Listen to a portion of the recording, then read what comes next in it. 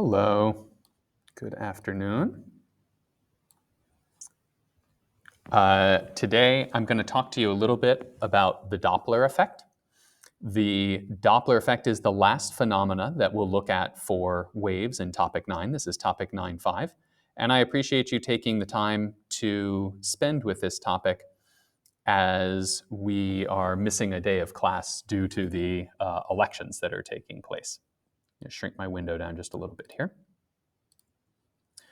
I will hopefully be able to cover most of the things that you'll need to know about the Doppler effect in here, although you'll want to practice some problems on your own. And I also won't do the derivations of the Doppler effect equations, which is really something that I would encourage you to do. But I will be able to talk about what is meant by the Doppler effect and help you see how wavefront diagrams can explain how the moving source and moving observer situations can be understood in terms of the wavelength changes and frequency changes that will be seen. We will go through a problem involving the Doppler effect for sound, a relatively sophisticated one.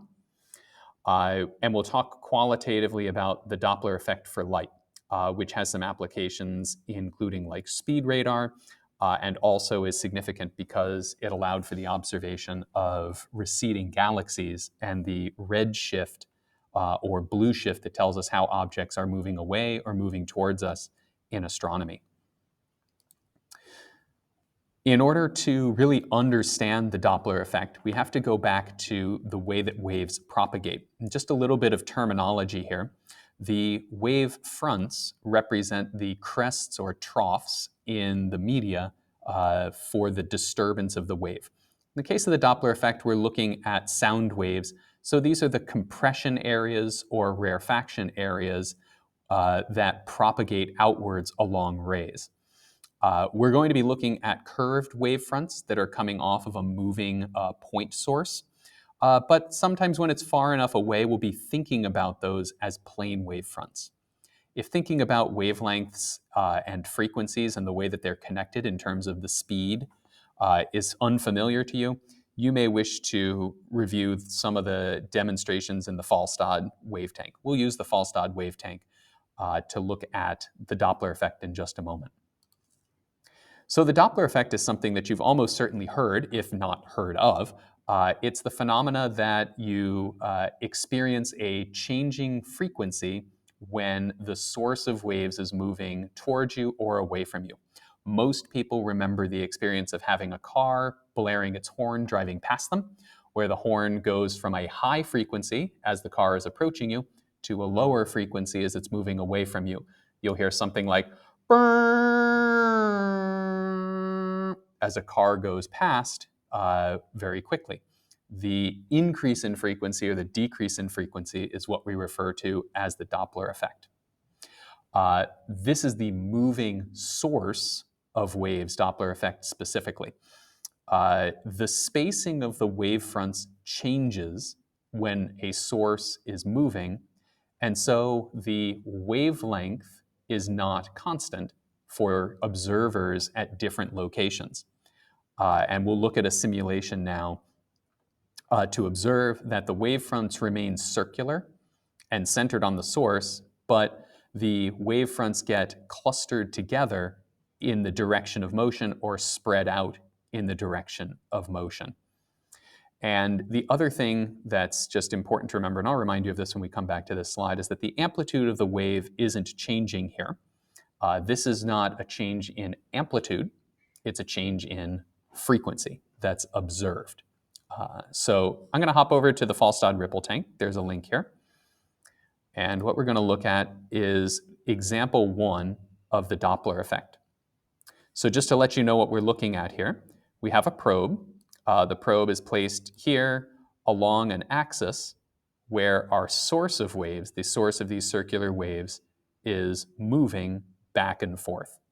And on the probe, I can see what frequency I'm observing. I'm going to pause this in a moment, but first, as we watch the source moving towards our observer, we can see that we're seeing a frequency of about 300 hertz here. Notice as the source goes past, that frequency drops to around 175 hertz. So there's the change in frequency that you would hear for a car horn as it's going towards. You hear the slightly higher frequency. Here we're seeing that again as the car is moving towards the source.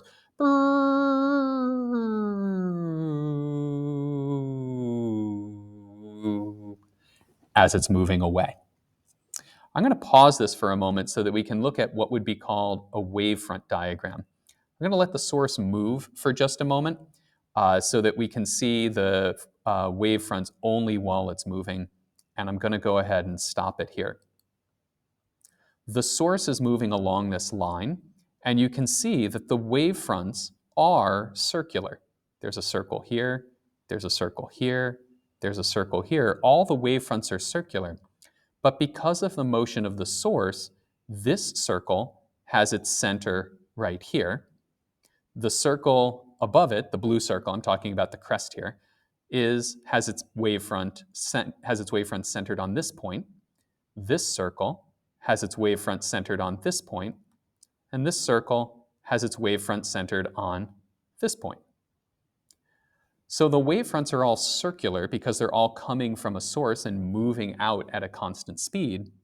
However, the wavelength, if I were to put my observer right in front of this source, would be quite short. I'll add a couple of probes to see that.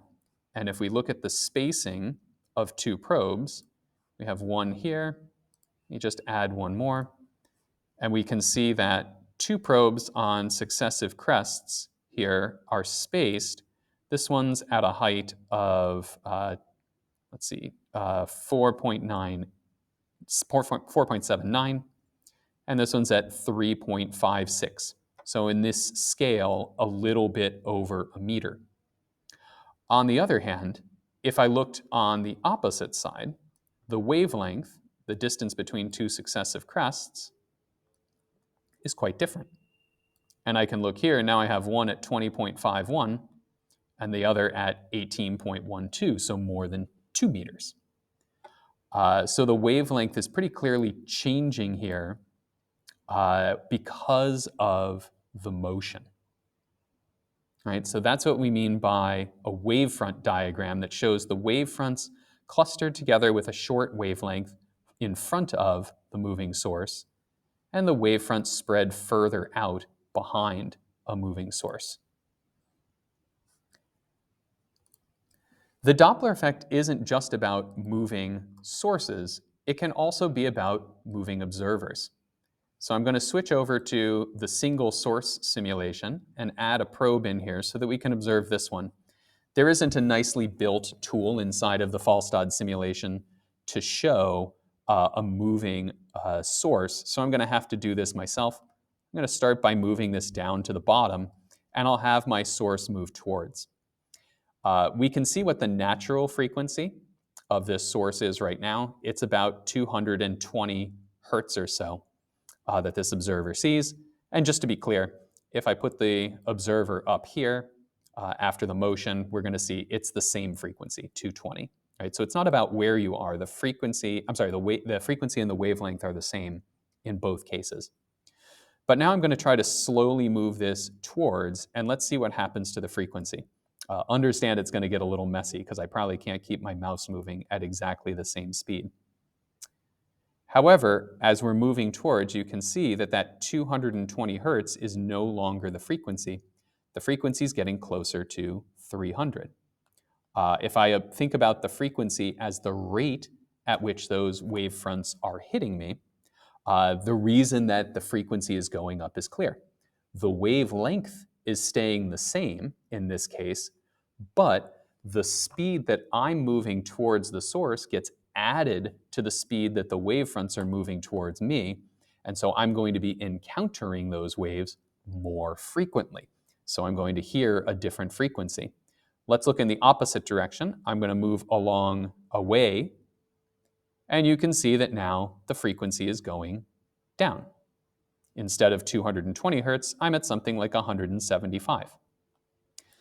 This is the moving observer Doppler effect that has the same result to see a change in frequency, but a different origin to that phenomena. If you haven't had a chance yet, I strongly encourage you to play around with this, to look at these numbers for yourself. We're looking at the single source to do the moving observer, and looking at Doppler effect 1 to see the moving source. Just as a quick reminder, the Doppler effect is the change in frequency that we observe when the source or the observer are moving. It really doesn't, there can be a difference in the wavelength that we observe, but really it's the difference in observed frequency.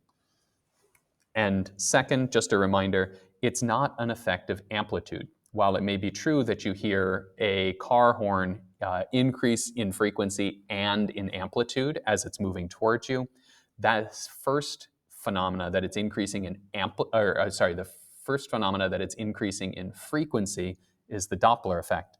The increase in amplitude is probably just the effect that the car is getting closer to you, so you experience a larger amplitude. Doppler effect is about frequency. When you take a look at the equations that are associated with the Doppler effect, initially it feels quite overwhelming. Deriving these equations is really one of the great joys of being a physics student, and I'm going to give you some hints as to how to do it, even though I'm not going to show them to you directly. I've written here the equations for both the observed change in wavelength and the observed change in frequency. The lambda prime is the way that we say that the change in wavelength, and f prime is how we see the change in frequency. The first two equations are for the moving source. And the source is moving with a speed v, and there's a speed of sound of c. Notice that the equations for the source approaching and the source receding are very similar. The only difference is that we have a minus sign when we're approaching, and we have a plus sign when we're receding. When we look at the observer moving, one thing we see is that the change in wavelength doesn't exist. We saw that with the ripple tank. The wavelength is the same, it's just the observed frequency that's different. And we see a similar pattern with the changes in frequency. Observer approaching has one sign, and the observer receding has the opposite sign. Later on, we'll look at an equation that draws all of these together into a single expression and helps explain how those signs can be remembered, because unfortunately there are a lot of different possibilities here. In order to think about the moving source, I think the easiest one to derive is when the source is approaching the observer. And like I said, I'm not going to go through this all the way with you, but I do want to give you a little bit of structure to help you do the algebra and work on this. Oops, I have to move my face a little bit so you can see the slide. We consider here our source that's moving, and in this case, the picture shows it at a speed us.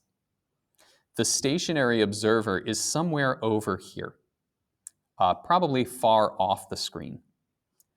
And the waves are traveling at a speed v. Normally we would call the speed of the waves c and the velocity here v, but I'll use my equations with the v and the us here to be consistent with the photo. So if we consider two successive wave fronts being emitted, there's a moment in time, that's time 0, where the first wave front is emitted. And we'll look again 1 second later. We're going to use a frequency of 1 hertz here, 1 wavefront per second. And the two things happen between this picture and this picture. The first thing that happens that you can see is that the source moves. It moves forward a distance us because the speed is us and we're moving for 1 second. So the source moves forward by a distance. The second thing that happens is that the wave front that was emitted moves forward a distance v. It moves forward a distance v because the speed of the waves is v, and there's been 1 second that's passed. If we now think about the wavelength that an observer would see standing here, he or she would observe wavefronts that are not separated by the wavelength c, c over f, because the wavefronts have been shortened because the speed has effectively changed. Having this sort of picture in mind is really the best starting point, and focusing on the change in wavelength is the best starting point for coming up with the expression lambda prime is equal to v or c minus v over f, in this picture v minus us over f. And from there, it's pretty easy to find the changed frequency that the observer sees. So I would encourage you to start with this and try to derive the expressions that you saw on the previous slide for the moving observer approaching, the moving source approaching the observer. The change is very easy for the source receding from the observer. All that's going to happen is this velocity is going to be backwards and the wavefronts are going to be further apart. So this becomes v plus u instead of v minus u. And that kind of shows you where the change in sign is going to come from. So that picture is going to help us in looking at these two expressions here. Lambda prime is equal to c minus v over f. Lambda prime is equal to c plus v over f. And the related f prime equals f c over c minus v for the approaching.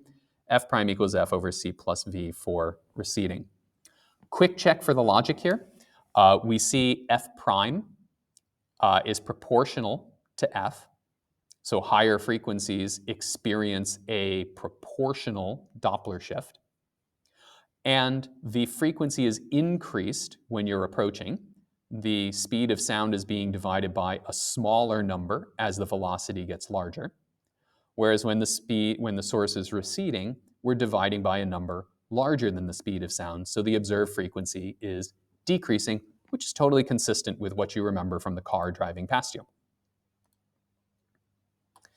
In order to do the derivation for the observer approaching the source, we have it's a little bit easier because what we know is that everybody agrees on what the wavelength is because the wavelength isn't changing. The thing that is changing is that the speed of sound is going to appear to be different because the sound waves are going to be reaching me more frequently.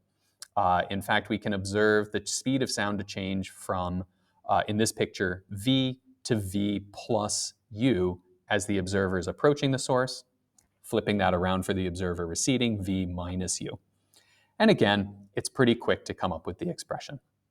So again, one of the great joys of introductory physics is getting to do this, so I'll leave those to you. You can pause if you want to do them. I did promise that there would be a general equation, and so it is convenient to have this single expression to cover both the moving source and the moving observer. So this would be like if you were riding a skateboard towards an ambulance that was playing a siren, what frequency would you hear? Notice that the change in frequency is still proportional to f. And we have velocities for the speed of sound, v, and the speed of the observer, uo, and the speed of the source, us. Notice how at the top it's plus or minus, and at the bottom it's the minus plus sign. That's because the convention that we use is that the top sign will be used for approaching. That gives you a larger numerator and a smaller denominator, both of which would lead to a higher frequency. And the minus sign on the numerator, and the plus sign on the denominator give you smaller values. So those would be for the decrease in frequency that you hear when the source is receding from you or when you're receding from the source.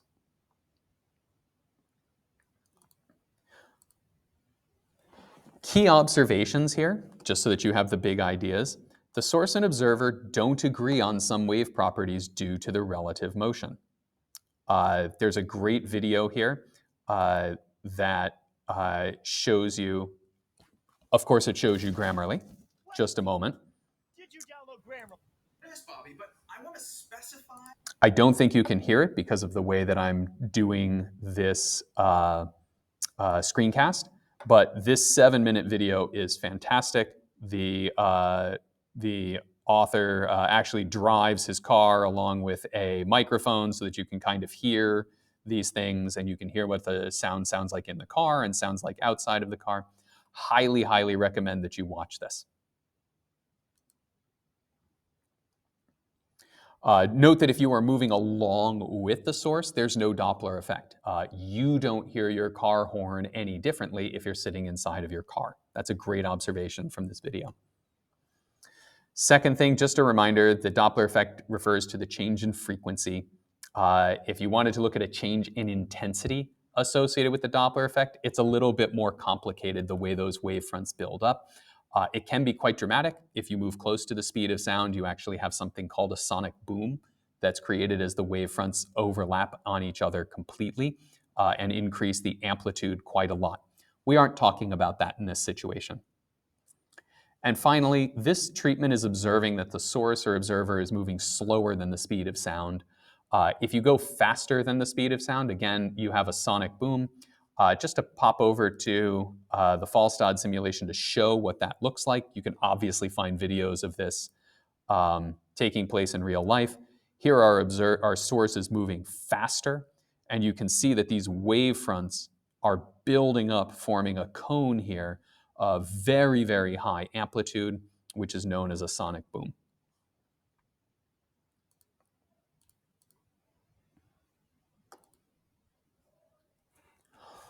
There is a Doppler effect associated with light. Working with it is much more difficult. Had we had a chance to look at the relativity unit, the option A, we would talk about the relativistic Doppler effect. Since we haven't, the idea of relativity, the big idea is that light travels at the same speed for all observers. So when we talked about the Doppler effect and moving sources and moving observers, there were situations where the speed of sound would not have been agreed upon by the two different people because frequency and wavelength combined together would give you different values for the speed of sound. With light, that's impossible.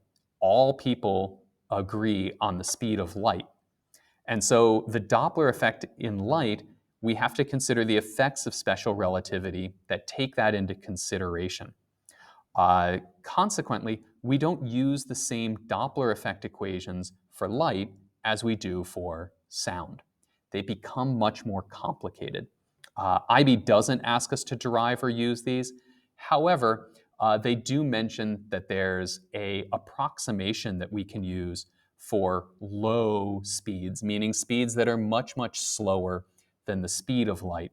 And it actually turns out to be quite nice.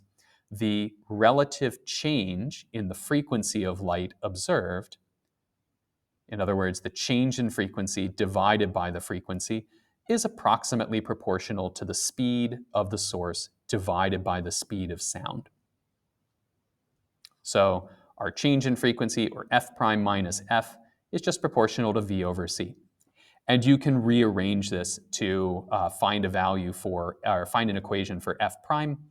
It would just be f prime times 1 plus v over c times f. The increase in frequency comes when you have a source approaching, and the decrease in frequency comes when the object is receding. These are known as red shifts and blue shifts. Red shifts give a longer wavelength and a lower frequency that's observed, and blue shifts give shorter wavelengths and higher frequencies. Blue shifts are observed when objects are moving towards us, and red shifts are observed when objects are moving away from us. Note that the objects have to be moving quite fast in order for there to be a red shift or a blue shift.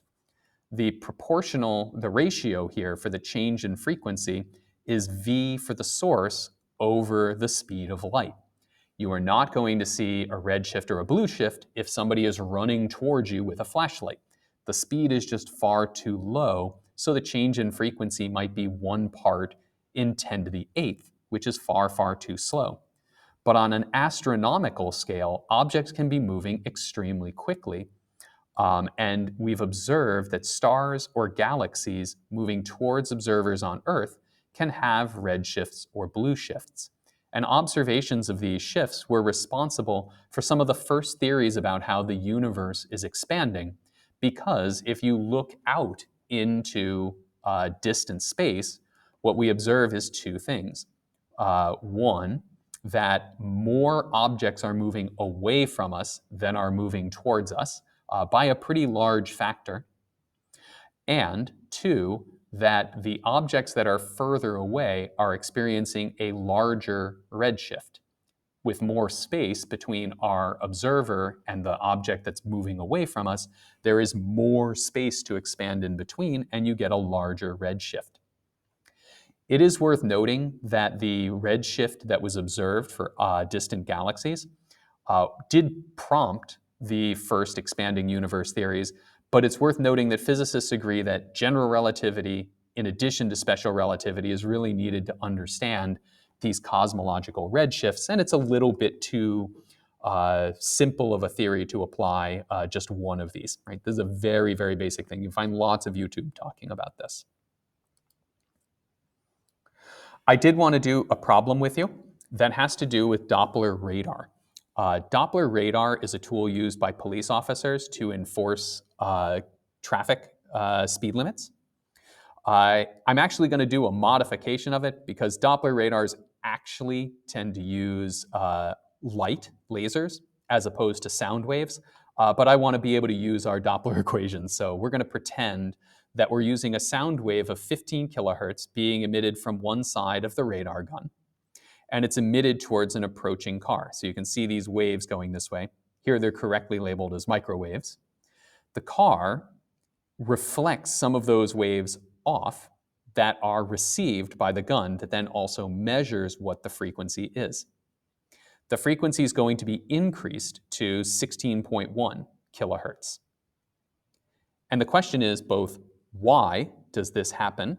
And what does this change in frequency tell us about the speed of the car? First off, we can see that Doppler radar works by, oops, I'm going to move my picture again. Doppler radar works because the source is emitting waves towards a moving observer. So if the detector were on the car would see higher frequencies depending on how fast it was moving. We have our Doppler equation for doing that. However, not only does the car observe waves, it also emits waves, reflecting them backwards. As it's reflecting those waves and the source of those waves is moving, because the car is the source, there's a second Doppler shift associated with the waves before they return to the original radar gun. So we have two pieces that are happening here. In part one, we think about what does the car hear? What's this Doppler shift being experienced? Well, the source is at rest. The source is the radar gun. The frequency is 15 kilohertz. The speed of sound is 340 meters per second. And the observer is moving towards at velocity v. So we use one of those first equations where the observer is at rest. The observer is moving. The source is at rest. So we have f prime is equal to the speed of sound plus the velocity of the observer divided by the speed of sound times the original frequency. Substituting in numbers just for clarity, we have 340 plus the speed of the vehicle divided by 340 over 15 kilohertz. Note we check to make sure that the sign makes sense. This is going to give us a value that is larger than 1, increasing the frequency. And since the observer is moving towards the source, we expect that they're going to experience a larger frequency. So this makes sense. And we feel good that we've picked the correct sign here. Continuing on, we think about what does the receiver over here hear? Well, the car is reflecting the sound waves. The sound waves that the car is reflecting is this modified frequency, f prime. So I'll put the equation here again, just onto this part of the page. 340 plus v over 340 times 15 kilohertz. As a source, it's moving at velocity v towards a stationary observer. So the modified frequency that the radar gun will hear is the moving source equation times the first changed frequency. So I have c over c minus vs times f prime. Notice the minus sign here is the correct one because this is the source moving the source moving towards the observer is going to cause an increase in frequency. Substituting in values to the first part of this expression and substituting in the expression for f prime to the second part of the expression, I see that there's a cancellation of the speed of sound. The c in the numerator here and the c in the denominator here cancel.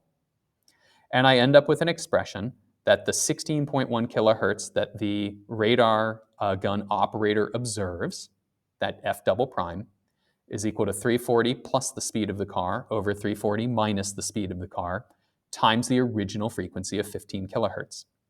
And the similarity of this general form, or the similarity to the general form, that you have the motion of the observer and the motion of the source, suggests that we're on the right track here. And in fact, we are. I won't go through the steps of algebra to simplify this, but suffice to say that you can find this ratio and set it equal to the ratio here. And then you have to do a little bit of manipulation to isolate v. And in this case, I came up with a value of v is 11.9 meters per second, which in most places should be under a speed limit. So just to quickly go over the outcomes again to make sure that you feel comfortable about this, well, you should now know what the Doppler effect is meant, and you should be able to think about the Fallstad simulation to say what wavefront diagrams look like and how they explain moving source and moving observer situations. You can solve some problems using the Doppler effect for sound, although I strongly encourage you to look at the examples in your text and to practice a few from the test yourself questions. In order to feel more comfortable with that. We have a qualitative description of the Doppler effect for light, same sorts of behaviors as for the Doppler effect for light, but instead we use just a change in frequency over the frequency is equal to the ratio of the speed of the source or observer over the speed of light.